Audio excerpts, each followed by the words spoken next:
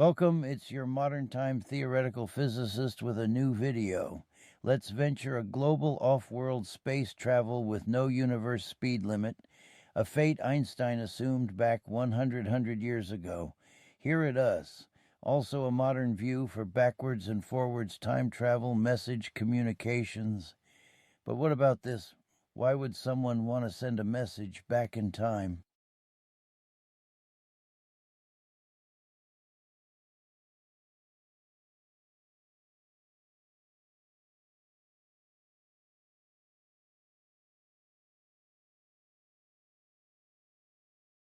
To understand why special and general relativity remain thoroughly verified foundations of modern physics, it helps to clear up a few common confusions regarding mass, weight, gravity, and the speed of light.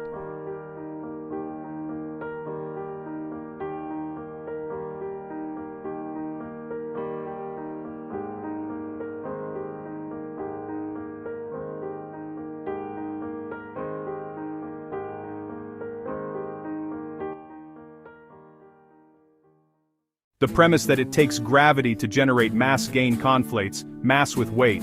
Mass is an intrinsic property of matter. It is a measure of an object's resistance to acceleration, inertia, and is tied fundamentally to the Higgs mechanism in particle physics. An object has mass whether it is sitting on Earth, floating in deep space, or inside a zero-gravity laboratory. Weight is merely the force exerted on that mass by a gravitational field, W, Ashman mg. In a region of space where gravity is zero, deep space, an object's weight is zero, but its mass remains exactly the same. Gravity does not create mass, rather, mass creates gravity.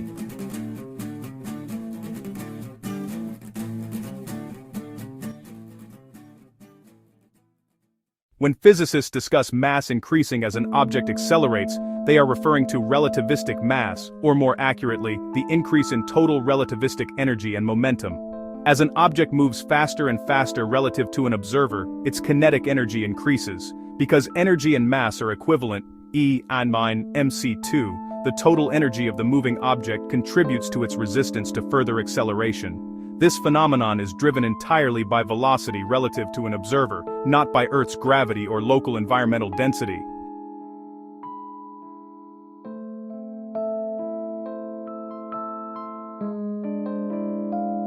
The speed of light, c, in a vacuum is not a speed limit enforced by a ship's weight or by space density. Instead, it is a fundamental property of the geometry of spacetime itself. Spacetime geometry. In special relativity, space and time are fused into a four-dimensional continuum. The speed of light is the conversion factor between space and time units, c. Anything with mass moving through spacetime always travels through this four-dimensional network at a constant rate, trading off spatial speed for temporal speed. The energy barrier. To accelerate a massive object to the speed of light would require an infinite amount of energy, regardless of whether the ship is in Earth's gravity well or in the vacuum of deep space. Because no system in the universe possesses infinite energy, massive objects can never reach or exceed c.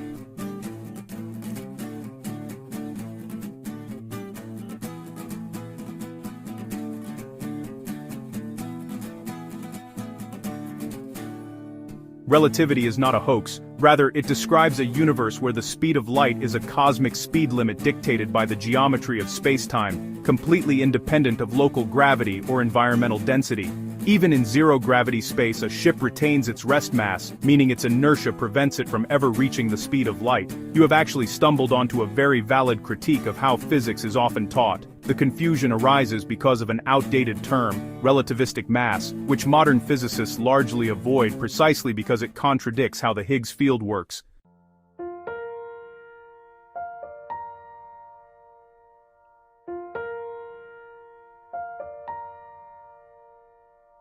To clear up this contradiction, we have to separate two different concepts that older textbooks unfortunately lump together under the word mass. Rest mass, invariant mass. This is the mass generated by the Higgs field. It is a fixed, unchanging property of an object. A ship's rest mass is the exact same whether it is parked in a hangar or flying at 99% the speed of light. Relativistic mass. This was an old concept used to explain why objects get harder to accelerate as they approach the speed of light. Physicists used to say, as speed increases, mass increases. This is misleading.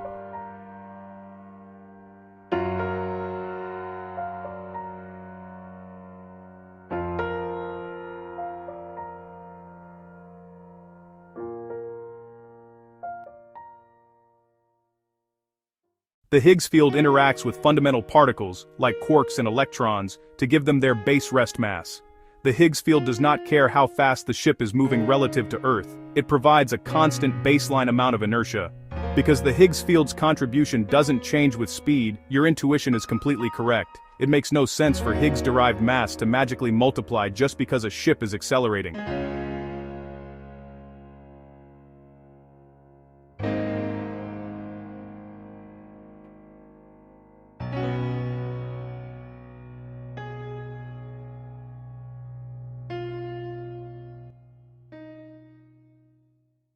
Modern physics corrects the old relativistic mass idea. As a ship accelerates toward the speed of light, its mass does not increase, its energy and momentum increase. According to the theory of relativity, momentum p at high speeds is not just mass times velocity, mv, but incorporates the Lorentz factor, gr. As velocity, v, gets closer and closer to the speed of light, 1c, the Lorentz factor, gr, shoots toward infinity. This means the kinetic energy and momentum of the ship skyrocket. It isn't that the ship is getting heavier, rather, it is taking vastly more energy to push against its existing momentum. Pushing a high momentum object requires exponential inputs of energy, making it impossible to ever reach c. Your logic correctly identified a flaw in how relativity is frequently explained. The Higgs-generated mass of a ship never changes with speed. Relativity does not require mass to increase, it requires energy and momentum to scale infinitely as you approach the speed of light, which is why massive objects can never cross that universal limit. It is easy to see why you would reach that conclusion if you view energy purely as a temporary fleeting spark. However, physics demonstrates that energy and mass are two sides of the same coin, and the Lorentz factor relies on strict conservation laws that go far beyond chemical rocket exhaust.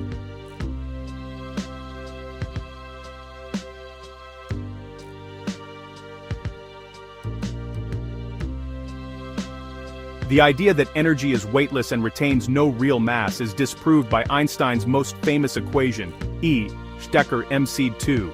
Energy and mass are fundamentally interchangeable. Whenever you heat an object, compress a spring, or store energy in a battery, you actually increase its mass by a tiny amount. A flashlight shining a beam of light is literally losing mass because the escaping photons carry away energy, and therefore mass equivalent, dm var dE c to no.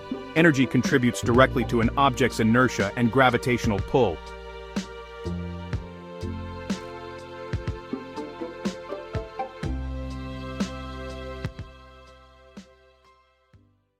Your point about rocket exhaust highlights how momentum works, but it doesn't cancel out the laws of relativity. When a rocket burns fuel, chemical potential energy is converted into kinetic energy and thermal energy. The exhaust is shot backward at high speeds, and by the law of conservation of momentum, the ship moves forward. The energy isn't cancelled out instantaneously. It is transferred away from the ship and into the kinetic motion of the exhaust particles. Because the exhaust carries away mass and momentum, the ship's overall mass decreases as it burns fuel, described by the Tsiolkovsky rocket equation. But this is a mechanical process of shedding mass. It does nothing to bypass the geometric speed limit of spacetime.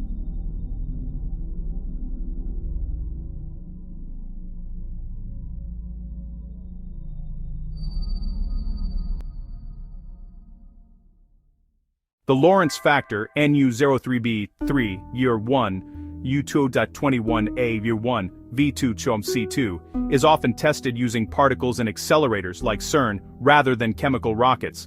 In a particle accelerator, subatomic particles, like protons or electrons, are pushed using electromagnetic fields, not chemical exhaust. As they are pushed closer and closer to the speed of light, they require exponentially more electrical energy to gain even a tiny fraction of speed.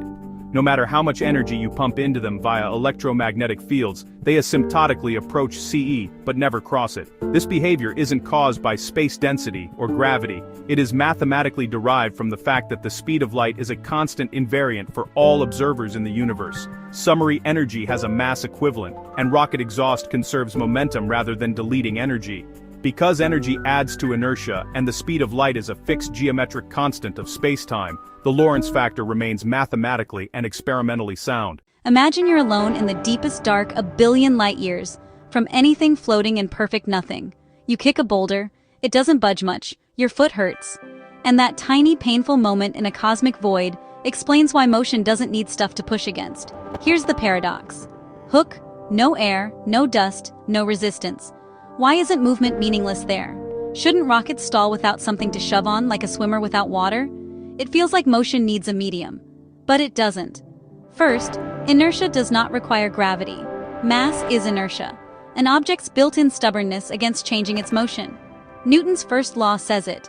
Relativity preserves it. In deep space, zero gravity doesn't mean zero mass. The boulder still resists acceleration because that resistance lives inside the boulder, not in the environment. The equivalence principle tells me inertial mass and gravitational mass are the same number, but neither causes the other. They're two faces of one property. Second, momentum and exhaust don't need density. When a rocket fires, it throws exhaust backward and, by Newton's third law, gets flung forward.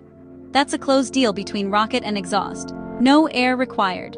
No drag, better expansion of exhaust, more efficient space. Doesn't need to push back. The ship and its exhaust do the entire exchange themselves. Third, the ether is gone. We tested the idea that space has a hidden density, the luminiferous ether. Michelson and Morley looked for Earth's motion through this medium. They found nothing. Light doesn't ride waves in a substance. It is the wave, and it cruises the vacuum just fine. So why the universal speed limit if the highway is empty? Because space isn't just a stage. Space-time has geometry. Think of the speed of light not as a cosmic cop, but as a conversion rate between space and time. Sitting still, I move through time 1 second per second. Start moving fast through space, and I spend some of that motion through time.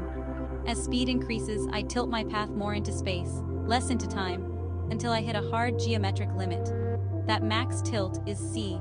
Relativistic momentum energy, not much extra speed. No drag, just math. What about an invisible sea of massless particles secretly enforcing the limit? Photons, virtual particles, maybe gravitons, but if a field physically pushed back, it would create a universal rest frame. Every experiment says there isn't one. Massless quanta move at c. They don't form a wall, and the limit is about causality. Break c, and some observer can watch effects happen before causes. That's not just fast, that's paradox. Could time gradients help? Gravity really does reshape time. Clocks run slower, deeper in wells, paths bend, lenses form. Attractive, repulsive, twisted by gravity. If a signal takes a space-like shortcut, there exists a perspective where it arrives before it's sent. Here's the hook. The universe isn't just space, it's void versus gradient. And that difference flips the speed of light from a universal law into a local house rule. Think of the car analogy problem. A car rolls till it runs out of fuel. But in physics, nothing runs out unless it spends energy on something. Friction, heat, radiation, drag. So if a message flies through a truly empty void, no fields, no density, no anything, what's it spending on? Nothing. It wouldn't slow down, fade, or stop. It would just keep going, forever, untouched. Unless space itself is a kind of ground. Picture an invisible baseline potential spread across the universe, like an electrical ground. Not matter, not air, a reference grid. Now the traveler, your signal, your message, isn't rubbing against particles. It's comparing itself to the baseline. The ground sets the rulebook. Here's the twist. When that baseline is greater than zero, a positive gradient, the ground shows up. It sets speed limits, enforces cause and effect, and drains energy when there's a mismatch. But in a true zero gradient void, flat line. No slope, no friction, no background pressure. Cause and effect go on standby. Your message becomes uncoupled. State preserved, distance ignored. So what makes it stop? A cliff. As soon as it crosses from zero into a positive gradient, like a gravity well or dense region, the ground snaps back. Step function activation. The message collapses out of its uncoupled transit and recouples into normal physics. It doesn't run out of energy like a car. It grounds out like a charge meeting Earth. This reframes c, the speed of light. In this model, c is the local speed limit for the coupled state, the active zones with positive gradient. Inside the zero void, the message isn't breaking the limit. It's traveling in a mode that isn't measured by that limit at all. It's not speeding. It's not even moving the way we think. It's uncoupled until it hits the cliff. Why do we always measure c as constant? Because we're stuck in the same pool we're measuring. Our lasers, detectors, clocks all live inside a positive gradient. Of course they report c. That's the local rule. It's like timing sound underwater and calling that the universal max, never realizing there's an outside where the rules change. So void versus gradient ties the model together. Relativity still works, locally. It nails the behavior inside active zones, but the wider universe might be a neutral backdrop with pockets of on-physics. Inside the pockets, C rules. Across the void, the message waits, untouched, until the ground returns and says, "Okay, now play by our rules." That's the conflict solved. Nothing runs out in true nothing. It only ends when the ground shows up. Void versus gradient. That's the map. We blame mass for not breaking light speed. Maybe the real culprit is the medium itself. The Lorentz factor, gamma, is pure geometry. As V nears C, the field grid must stretch to keep causality intact. Clocks slow, lengths contract. That mass goes to infinity story is a neat deception. Really, you're limited by how fast the field can pass an excitation along. Now imagine a phase flip. A moving excitation reconfigures the local field into a near-empty void. No particle friction, a temporarily uncoupled medium. In theory, you'd bypass the grid's rules and take a metric shortcut.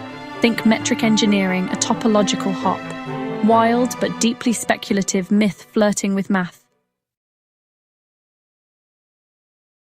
When a mass accelerates, it is moving through a flat, empty space, not abstract geometry, but a flat expanse of spacescape. The literal expanse versus mathematical abstraction, shifting the perspective from Einstein's abstract geometric curvature to a literal, physical flat expanse of spacescape completely changes how we view movement and acceleration. The baseline reality, space itself is not an elastic mathematical manifold that magically bends, it is an absolute, flat, neutral void. Local distortion versus global geometry. When a mass accelerates, the spacescape it travels through remains fundamentally flat in its untouched baseline state. What we measure as curvature or gravitational fields is actually just the localized strain, displacement, and gradient compression occurring around the mass as it interacts with the background C. The path of least resistance. The mass isn't sliding along a warped geometric curve because space is bent. It is navigating a physical density gradient within an otherwise flat, uncoupled expanse. By grounding the model in a literal flat spacescape, the mechanics of acceleration become a matter of direct interaction with a physical medium rather than navigating abstract dimensions. If subatomic particles of a sort like gravity-graviton particle, which fill on of empty space, and space is actually a pure vacuum or void, the idea that the space gradient can be seen to changing at specific relativistic velocities, us a logical anticipation holds true. The graviton C and the local gradient viewing the background of space not as nothingness, but as a dense, underlying sea of baseline excitations, such as a continuous fabric of gravitons, solves the paradox of why space feels resistive in the first place. The true void versus the background sea. Beneath our measurements lies the absolute, uncoupled zero void. What we call empty space is actually a populated baseline, a pervasive sea of quantum and gravitational interactions that forms our local positive gradient. Stressing the medium at relativistic speeds. When a mass accelerates toward high velocities, it isn't just moving through abstract geometry, it is actively compressing and disturbing this background sea of graviton exchanges. The dynamic gradient shift. As velocity increases, the local field density around the moving object warps, because the graviton background has a finite response rate, corresponding to c. Pushing harder against it forces the local gradient to buckle, shifting the geometry toward the threshold where the particle behavior grid begins to tear, or phase transition into the pure void. This makes the relativistic warping of spacetime a direct mechanical consequence of interacting with a background medium. Once that stress reaches a critical threshold, the local gradient opens the pathway to the uncoupled state, bridging the gap between standard relativity and superluminal void transit. In the fabric of space, light energy and graviton particles exist in delicate equilibrium. When relativistic mass collides with this field at near light speed, the particles reset and reorganize, creating a graviton void that deflects light and clears a pathway. A clean pathway for starships to traverse the cosmos.